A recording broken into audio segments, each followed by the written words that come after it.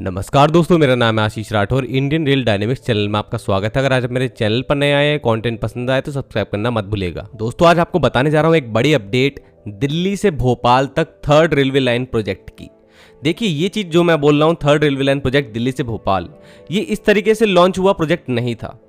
ये पार्ट्स में बनाया गया और मैं पूरा जोड़ करके आप लोगों को समझा चुका हूँ कि कैसे एक स्ट्रेटेजिक तौर पर दिल्ली से नागपुर तक लगभग 1100 किलोमीटर का जो पूरा रेलवे लाइन है उसको ट्रिपल किया जा रहा है। उसके बाद क्वाड्रपल भी बीच में कई जगह पर किया जा रहा है। इसको मैंने आपको समझाया था कि ये एक दिन नागपुर से चेन्नई तक भी जाएगा और गोल्डन क्वाड्रिलेटरल में गोल्डन डायगोनल जो रूट है उसमें एक बहुत ही अहम भूमिका भी ये निभाएगा।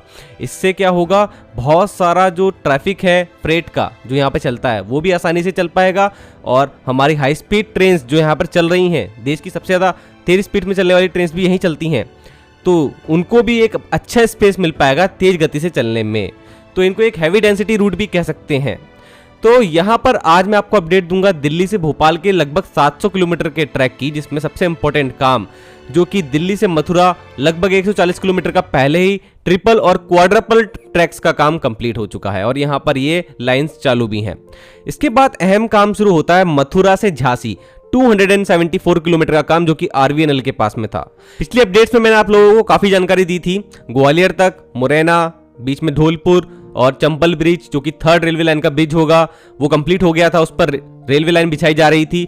तो उस पर क्या काम हो गया है, देखिए सबसे अहम जानकारी जो कि अभी मुझे गौरव राजपूत जो वहां से मुझे देते रहते हैं जानकारी फील्ड पर से, जरूर से मैं जल्दी ही यहाँ पर फील्ड की वीडियो भी लेकर के आऊंगा किस तरीके से वहां पे काम हो चुका है।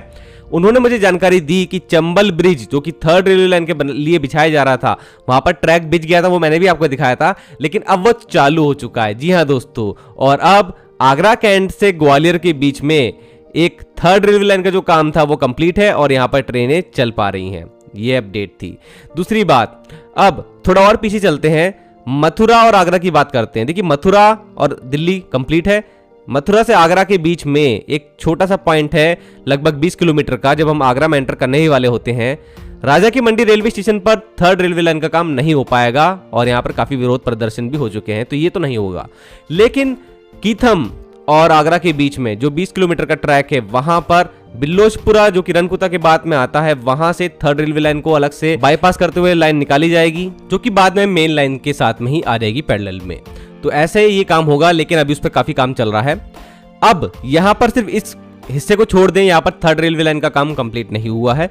फिर आगरा कैंट के जैसे हम आगे निकलते हैं भांडई होते हुए, फिर वहां पर आप लोगों को थर्ड रेलवे लाइन कंप्लीट दिखेगी सीधा ग्वालियर तक, और बीच में जो चंबल की एक दुर्गम घाटी थी वहां पर थर्ड रेलवे लाइन का काम कंप्लीट हो चुका है। दोस्तों, अभी इलेक्ट्रिफिकेशन 2025 तो नहीं हुआ है पूरा, जैसे कि कुछ जगहों पर देखने को मिल रहा था, लेकिन यहाँ पर 130 kmph पर आराम से ट्रेन चलेंगी बहुत तेजी से, और आगे चल करके 150 तक का भी जो अचीव करने का भारतीय रेलवे ने यहाँ पर एक टारगेट रखा है वो भी जल्द कंप्लीट होगा आने वाले कुछ ही सालों में।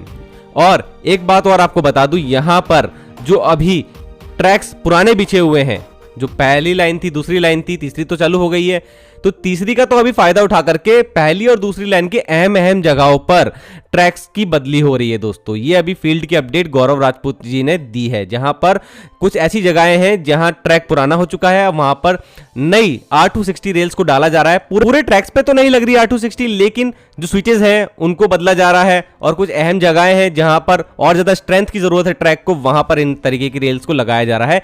यहाँ पर ट्रेन की स्पीड को बढ़ाना ही अल्टीमेट गोल है भारतीय रेलवे का, वो आपको मैं पहले ही बता चुका हूं। अब ग्वालियर के अगर आगे बढ़ते हैं तो दोस्तों, ग्वालियर से डबरा के बीच में लगभग 42 किलोमीटर का जो डिस्टेंस है, ये थोड़े से दुर्गम स्थान से होकर गुजरता है। यहाँ पर घाटी बहुत है, तो ऐसे में यहाँ पर थर्ड रेलवे लाइन का काम अभी भी चल रहा है। बहुत ज्यादा नहीं बचा, लेकिन हाँ अभी इसमें कनेक्शन होना बाकी है। फिर डबरा के आगे हम दतिया तक जाते हैं, फिर दतिया से झांसी जाते हैं, तो काम कंप्लीट हो गया है थर्ड रेलवे लाइन का, और यहाँ पर थर्ड रेलवे लाइन चालू हो चुकी है।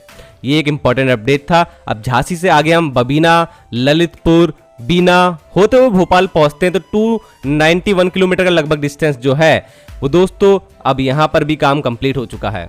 तो इस तरीके से थर्ड रेलवे लाइन दिल्ली से भोपाल तक काफी हद तक बिछ चुकी है और 100 किलोमीटर से भी कम, लगभग 60 से 70 किलोमीटर का ही काम थोड़ा सा बीच में बचा हुआ है। वो आप लोगों को मैंने इलाके बता दी जहां पर ये काम बचा हुआ है। और इस तरीके से यहाँ पर सबसे तेज ट्रेनें अब और तेज चलेंगी आने वाले कुछ ही महीनों में, आप लोग देखेंगे।